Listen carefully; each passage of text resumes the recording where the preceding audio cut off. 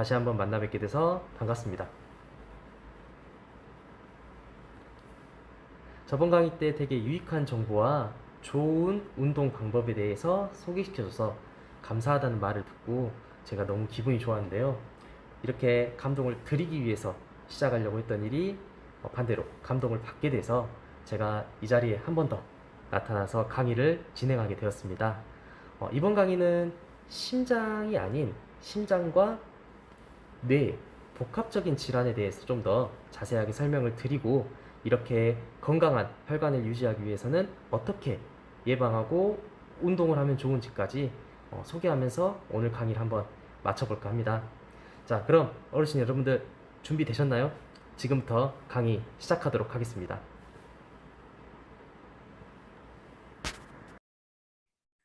자, 그럼 지금부터 심뇌혈관 질환의 예방교육 강의를 시작하도록 하겠습니다.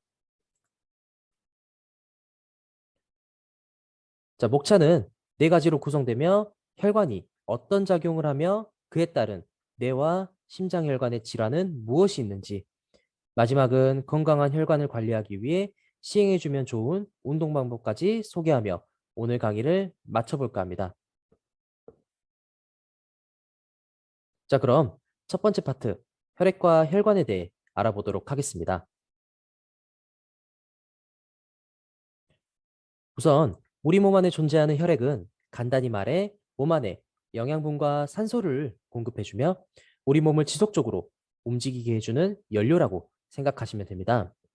그리고 그 연료를 몸 전체에 공급할 수 있게끔 해주는 관을 혈관이라고 부르며 혈관을 통해 혈액이 몸 전체를 도는 과정을 혈액순환이라고 합니다. 하지만 어떠한 원인에 의해 혈액의 움직임이 느려지거나 몸에 다양한 문제가 나타나게 되면 그때부터 우리는 이것을 혈액순환 장애라고 부르게 되는 것입니다.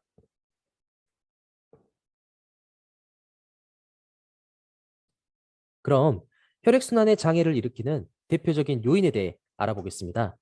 우선 심장에서 혈액을 보낼 때 높은 압력으로 혈관벽을 치며 문제를 일으키는 이 고혈압은 혈관 내벽에 손상을 내는 기전을 이야기하며 그렇게 손상을 입어 벌어진 혈관 내벽 사이로 지방 조직과 같은 물질들이 쌓이게 되면서 혈관벽이 차츰차츰 좁아지는 이러한 플러그 생성 등이 허혈성 질환으로 번지게 만드는 원인 중의 하나입니다.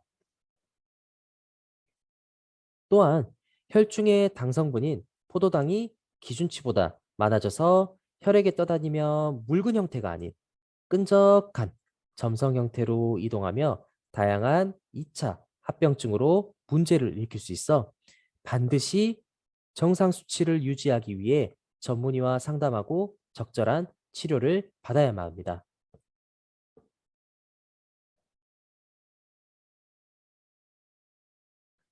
자, 그럼 본격적으로 뇌혈관 질환에 대해 살펴보도록 하겠습니다.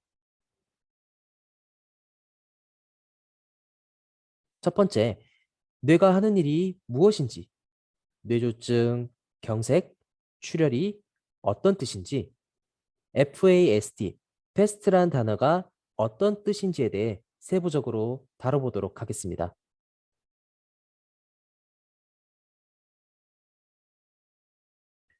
중추신경계의 핵심이라고 불리는 뇌는 우리 몸에 일어나는 감각과 운동 기능을 통합해서 신체의 전반적인 기능을 수행하게끔 도와주며 우리가 생각하고 표현하고 학습을 통해 배울 수 있게 해주는 아주 중요한 기관입니다.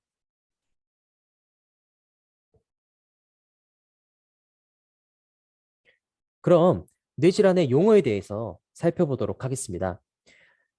뇌 기능에 문제가 발생해 이렇게 생긴 장애가 상당히 기간 이상 지속되는 병을 우리는 뇌졸중이라고 칭하며 그 대표적인 종류로는 앞에 설명했던 플라그 생성과 같은 특정 원인에 의해 뇌혈관이 막혀 산소와 영양 공급에 문제가 생겨 조직이 괴사되는 것을 말하는 뇌경색이 있고 두 번째로는 이렇게 뇌로 가는 혈관이 터지게 되면서 피가 번져 치명적인 문제를 일으키는 뇌출혈이 있습니다. 이렇게 출혈의 원인으로는 높은 혈압을 지닌 고혈압과 사고로 인해 생기는 외상성 뇌출혈, 혈관벽에 풍선처럼 꽈리가 생기는 뇌 동맥류 등이 대표적인 예가 될 수 있고, 흔히 어르신들은 이렇게 중풍이라고 불리는 이 질환에 대해 평소에 올바른 건강검진을 통해 본인의 혈관의 건강 상태를 파악하는 것만이 이 질환을 예방할 수 있는 지름길이라는 것을 잊으시면 안 됩니다.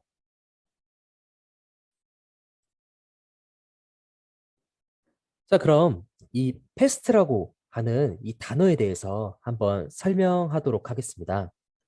실제 임상에서도 뇌졸중을 파악할 때 많이 쓰는 척도라고 생각하시면 되고요.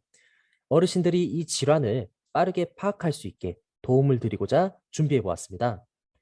우선 거울을 보면서 내가 환하게 웃을 때 내 얼굴 중에 입과 눈이 비대칭이 되거나 양팔을 앞으로 나란히 한 상태에서 한쪽 팔이 아래로 기울거나 확 하고 떨어질 경우, 또 상대방과 대화 중 말끝이 어눌해지거나 내가 무슨 말을 하고 있는지 모르게 되는 상황 등이 이렇게 생기게 된다면 가까운 의료기관에 3시간 이내에 방문하셔서 응급치료를 받으셔야지만이 후유증을 최소화시킬 수 있습니다.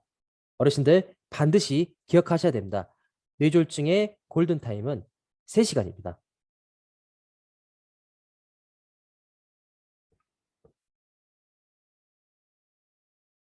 다음은 심혈관 질환에 대해 살펴보도록 하겠습니다.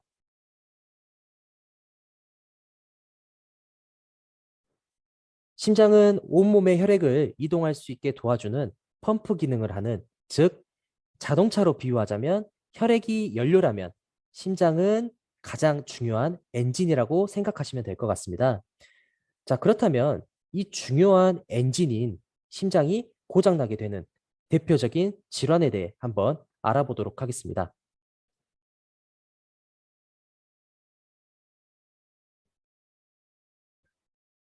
자, 이렇게 많은 심장 질환들이 있지만 대표적인 3가지에 대해 말씀드리겠습니다. 첫 번째, 저번 강의 때 그렇게 강조했었던 심근경색입니다.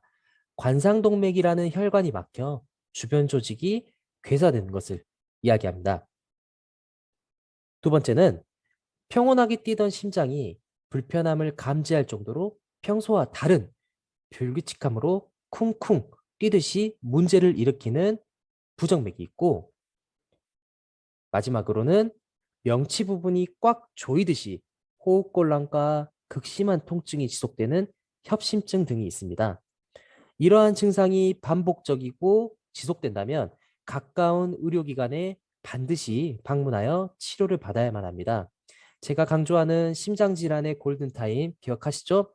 2시간, 즉 120분 내에 반드시 들어가셔가지고 적절한 치료를 받으셔야 한다는 거 꼭 기억하셔야 됩니다.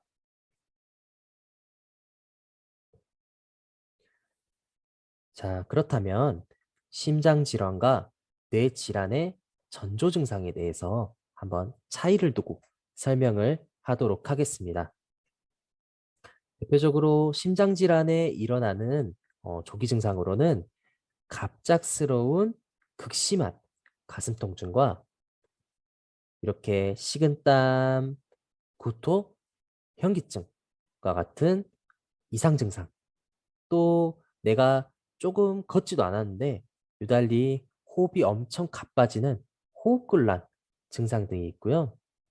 뇌졸중의 저기 증상으로는 한쪽 팔과 다리가 마비가 일어나거나 갑작스럽게 상대방과 대화를 했을 때 말끝이 흐려지거나 내가 어떤 말을 하고 있는지 잘 모를 경우, 이러한 언어장애, 또 갑작스럽게 한쪽 눈이 안 보인다든지 양쪽 시야가 흐려지는 듯한 이러한 시야 장애, 또 갑작스럽게 핑 하고 돌듯이 어지럼증을 느끼는 이런 증상과 두통도 머리가 깨질 듯하게 일어나는 심한 두통 등을 우리는 뇌졸중의 조기 증상이라고 많이 이야기하고 있습니다. 그렇다면 이런 심뇌혈관 질환을 예방할 수 있는 생활 수칙에는 어떤 것들이 있는지 한번 알아보도록 하겠습니다. 어르신들 정말 당연한 이야기지만은 담배는 반드시 끊는 것이 좋습니다. 흡연을 금연으로 바꾸는 것만이 심뇌혈관 질환 예방에 가장 도움이 된다고 저는 이야기를 해드리고 싶고요.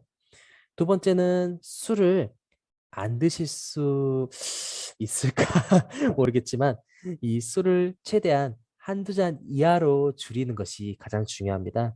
저 같은 경우는 술을 아예 드시지 않게끔 금주하시는 것이 가장 중요하다고 말씀드리고 싶습니다.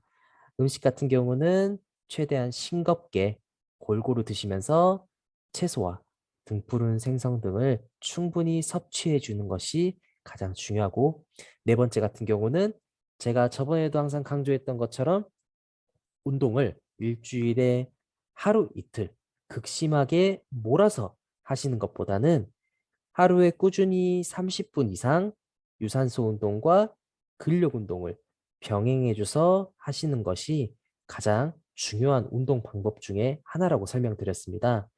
그리고 또 우리 어르신들 배가 나오시는 것보다는 조금 더 적정 체중과 슬림한 허리 둘레를 유지하는 것이 더 중요할 거라고 생각하고요. 여섯 번째는 스트레스는 만병의 근원이라는 이야기가 들릴 정도로 스트레스를 줄이고 최대한 즐거운 마음으로 생활하시는 것이 중요합니다. 또한 정기적으로 건강검진을 받으시면서 혈압과 혈당, 콜레스테롤이 정상 범주에서 벗어났는지 항상 측정하시면서 벗어났다면 전문가와 항상 상의를 통해서 적절한 치료를 하는 것이 가장 중요합니다.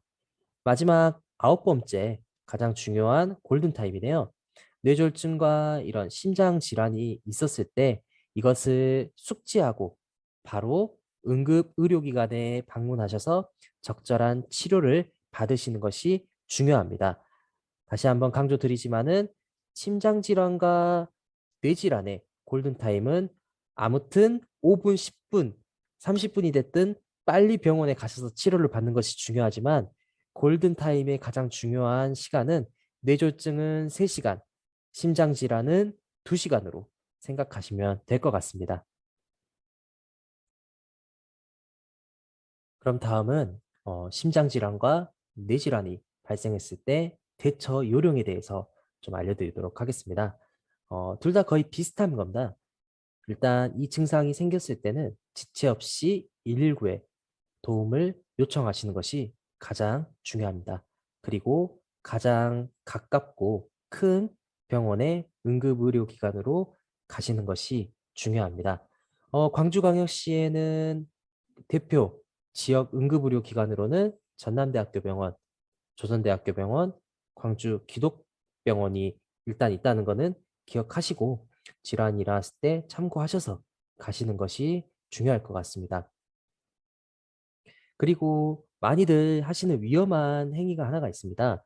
이 질환이 좀 경미했을 때 직접 운전해서 가시는 분들이 간혹 있는데 이것은 진짜 엄청 위험한 행동이기 때문에 이런 것보다는 119의 기관에 요청해서 카트에 타고 가시는 것이 가장 안전한 방법 같습니다.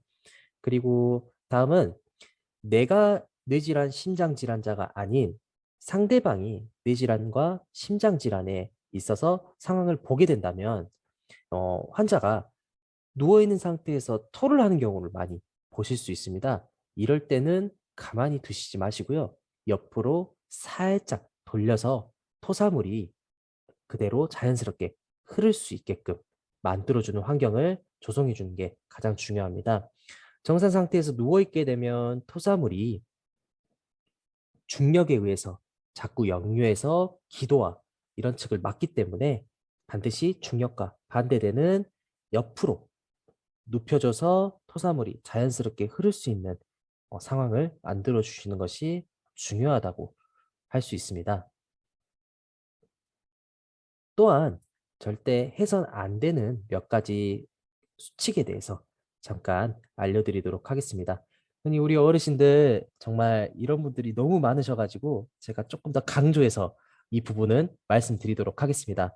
어르신들이 이런 증상이 조금 더 나타났을 때, 아이고, 우리 아들, 아이고, 우리 딸이 올 때까지 기다려야겠다라고 해서 지체되는 시간이 상당히 많습니다.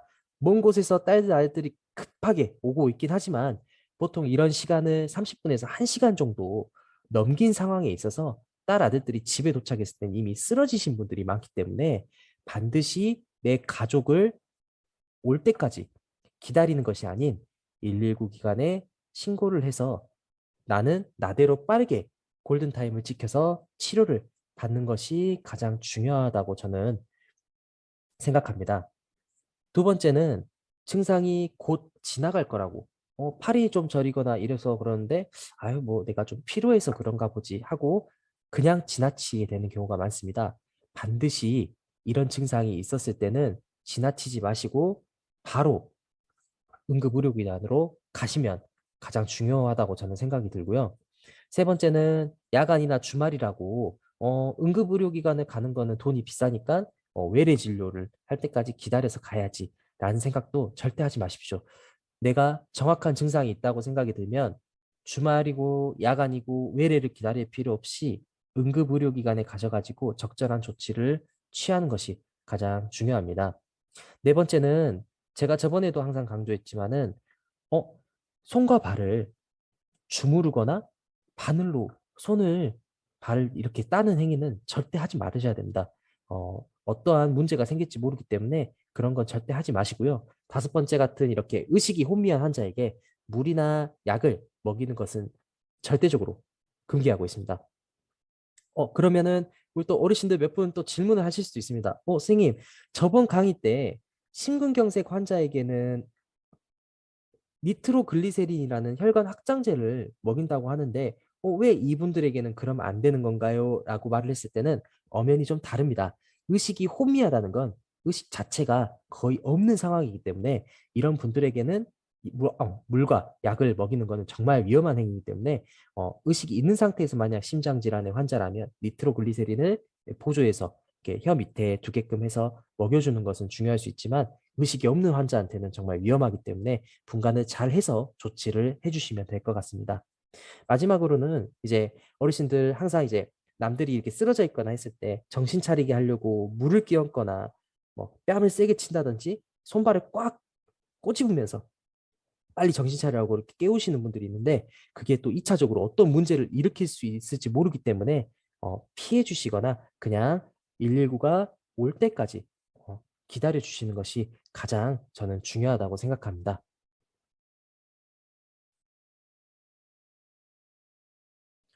자, 그럼 마지막으로 우리 어르신들이 어떻게 하면 건강한 혈관을 만드는 데 있어서 방법이 있을지 한번 알아보도록 하겠습니다.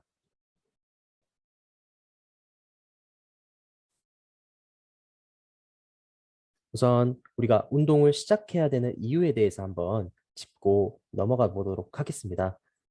첫 번째는 우리가 운동을 시작하면 그런 스트레스와 불안감이 줄어든다고 이야기하고 있습니다.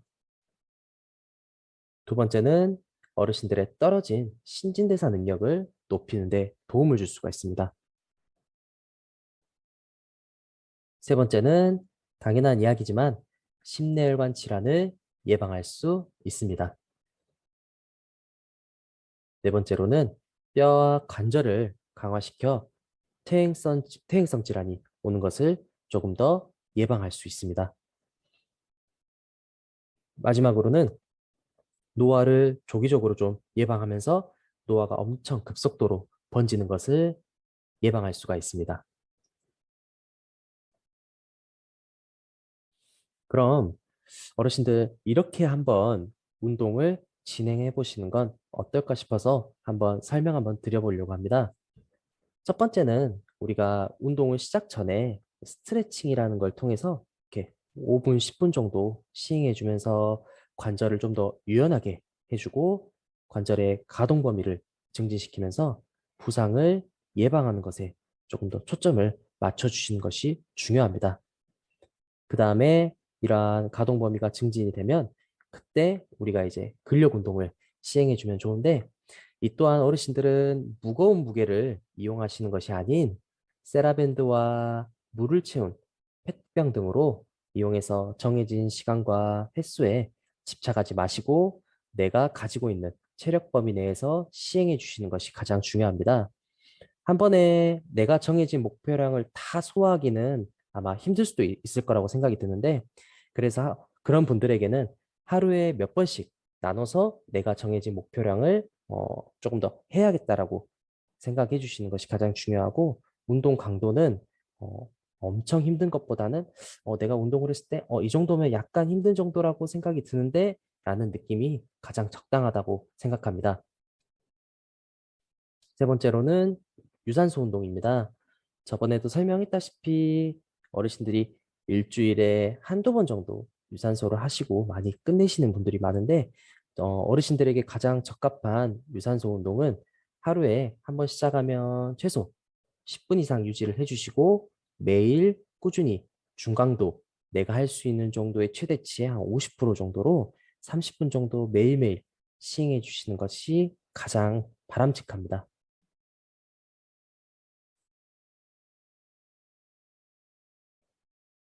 다음은 계단 걷기를 좀 소개해 드리고 싶은데, 이 계단 걷기는 유산소 능력과 전신 운동에 매우 도움이 많이 됩니다. 그렇지만 이 어르신들은 무작정 계단을 오르고 내리는 것에 대한 낙상 위험이 있기 때문에 제가 소개해 드리고 싶은 건 제자리에서 계단 걷기를 통해서 운동 효과를 내는 법을 소개하고자 좀 합니다. 영상을 보면 이렇게 우선 계단 앞에 위치해 주시고요. 안전바를 잡은 상태에서 이렇게 한 발, 한 발 천천히 계단을 5분에서 10분 정도 오르고 내리기를 반복해 주시면 됩니다. 이때 호흡과 함께 동작을 시행해 주시면 더욱더 효과적이고, 만약 운동 도중에 어지럽거나 숨이 많이 차신다면 제자리에서 잠깐 휴식을 취해 주시고 다시 운동 동작을 시행해 주시는 것이 가장 바람직합니다. 한 발, 한 발, 한 발. 무엇보다도 천천히 동작을 시행해 주시는 것이 가장 키포인트라고 말씀드리고 싶습니다.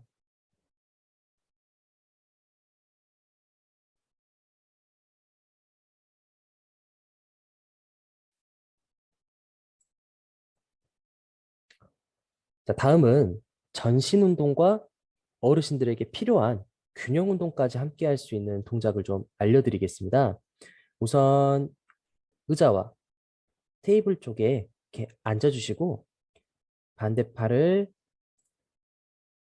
얼굴 위로 구부려 주시면서 반대쪽 무릎을 들어 올리면서 교차하듯이 동작을 시행해 주시면 됩니다. 이때도 호흡을 통해서 근육이 선택적으로 잘 움직일 수 있게 만들어 주시면서 천천히 동작을 시행해 주시는 것이 가장 중요합니다. 지금 어르신들 보시는 것과 같이 여기서 나오는 선생님은 두 발이 지면에서 떨어져 있습니다. 이것은 이제 균형력을 좀 더 증진시키기 위해서 찍은 동영상이기 때문에 어르신들은 두 발이 바닥에 떨어져 있지 않고 붙여주시면서 몸이 기울면서 낙상을 예방하는 데 도움이 더 되기 때문에 좀 더 붙여주시면서 이 동작을 연습해 주시면 되겠습니다. 호흡을 참지 마시고 동작 하나하나마다 호흡을 들이쉬고 내쉬고를 반복해 주시는 것이 가장 중요합니다.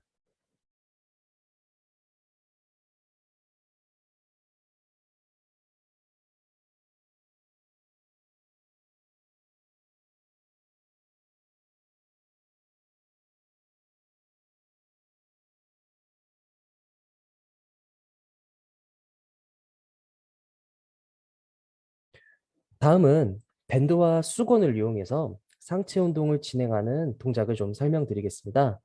우선 이렇게 밴드를 느슨하게 잡아주시고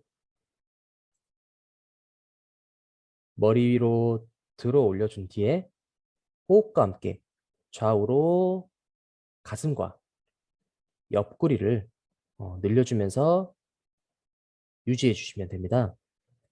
여기서 중요한 건 반드시 어르신들 호흡을 참지 마시고 동작마다 호흡을 넣어 주셔야지만이 근육이 늘어날 때 늘어나주고 다시 수축할 때 수축할 수 있다는 점을 꼭 기억해 주셨으면 좋겠습니다. 자, 한 번 더 호흡하시면서 옆구리와 가슴이 늘어나시는 것을 확인해 주시고 동작을 이렇게 1, 2초 정도 유지해 주시면 되겠습니다.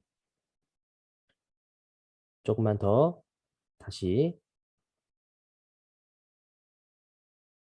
우측으로 호흡 늘어나 주시는 거 확인해 주시고 호흡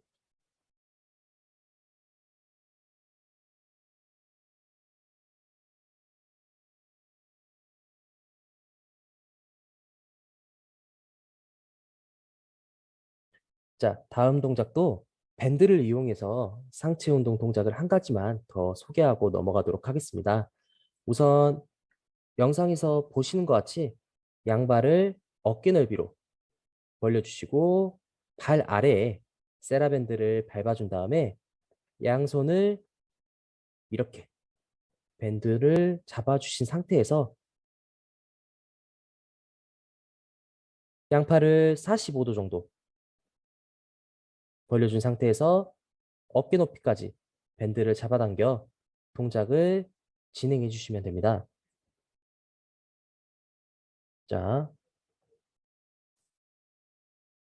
어깨 높이까지 들어주시면 됩니다. 어깨 높이 이상으로 들어 올리시는 것보다는 어깨 높이를 맞춰서 호흡과 함께 동작을 진행해 주시면 되겠습니다.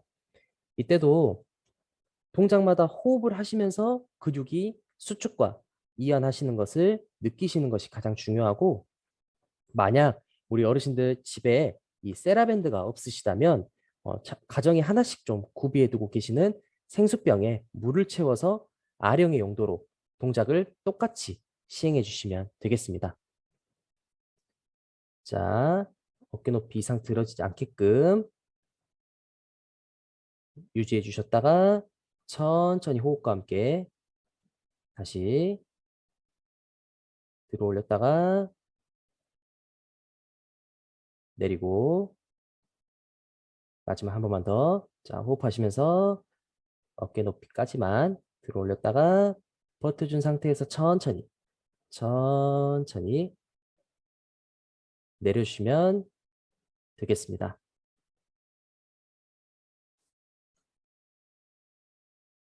다음은 엎드린 상태에서 둔부와 허벅지를 선택적으로 자극하는 하체 운동을 설명하도록 하겠습니다.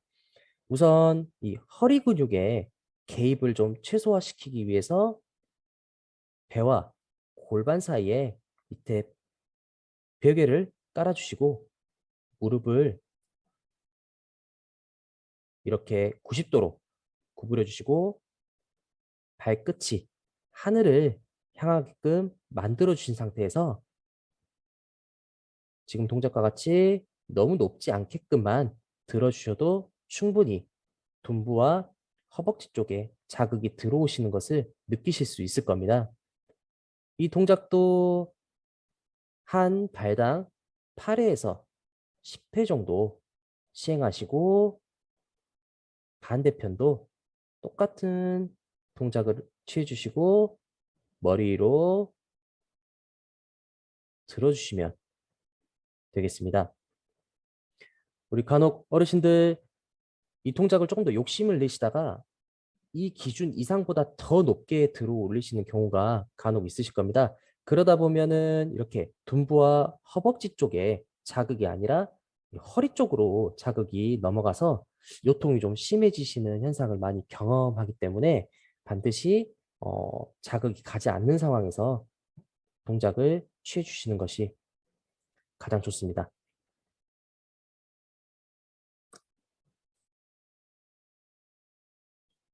이제 다음은 전신 운동에 가장 효과가 좋고 안전한 브릿지 운동에 대해서 설명하도록 하겠습니다. 이 운동은 허리, 그 다음에 둔부, 이런 허벅지 전체적으로 자극을 줄 수 있고 어르신들이 동작만 잘 이해하신다면 너무 좋을 동작 중에 하나입니다. 우선 테이블에 이렇게 누운 상태에서 무릎을 구부려 주시고요. 괄약근에 살짝 힘을 주시면서 호흡과 함께 하늘 위로 들어주고 유지해 주신 상태에서 내려주시기를 반복하시면 됩니다.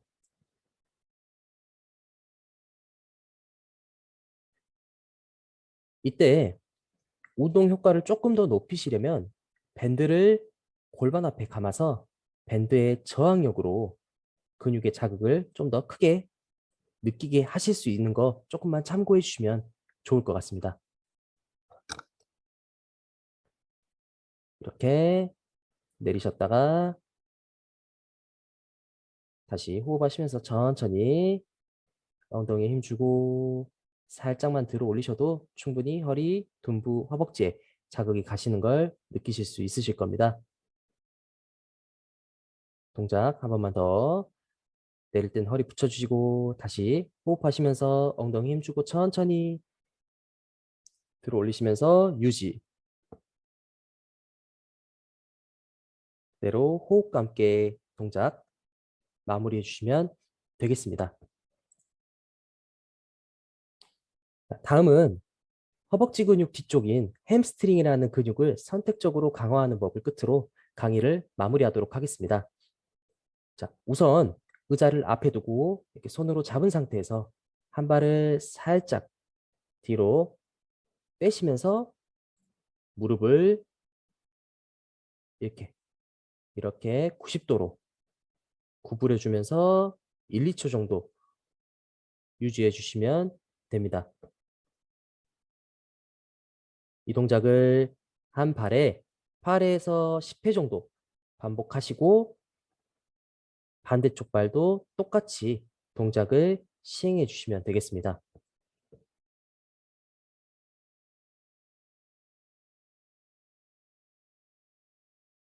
한 번 더 90도로 너무 많이 드실 필요 없고요. 90도로만 이렇게 들어주시고 유지해 주시면 됩니다.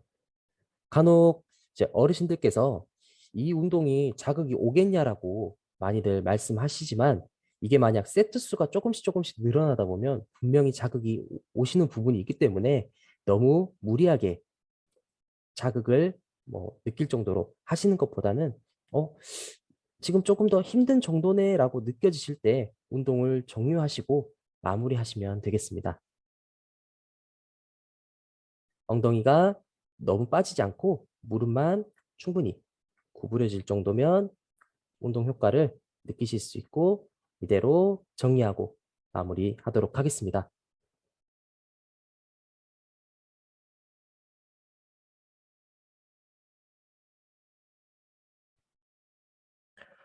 자, 어르신들 강의가 어떠셨나요?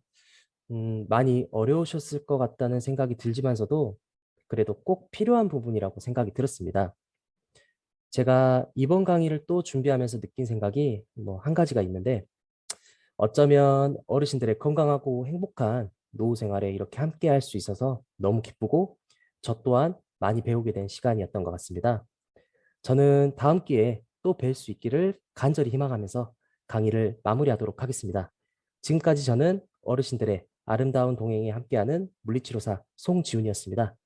어르신들 사랑합니다.